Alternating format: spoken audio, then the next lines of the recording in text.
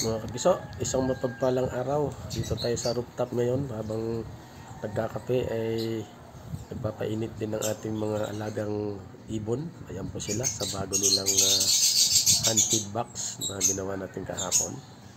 So pinainitan natin sila guys para sa vitamin D nila. At kita nyo na medyo gusto nila, no? So dapat nga kahit ilang minutos lang guys, mapainitan natin sila para po sa kanilang health.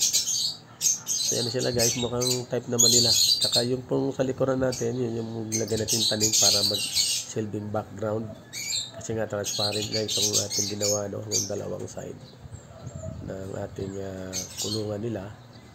So pwede natin siyang gawing parang photo booth. Yan, pag nagpicture-picture tayo. Ngayon medyo mag-glare lang dahil sa araw. So nag-improvise pa pala tayo guys kahapon. Nagdagdag tayo ng mga butas. Nilakyan ko na at dinamihan.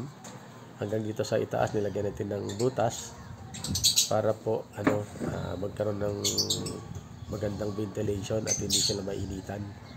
Hindi magkaroon ng maraming init yan sa loob. Kasi kahapon nakita ko sila na parang hinihingal siguro dahil kulang nga sa ventilation.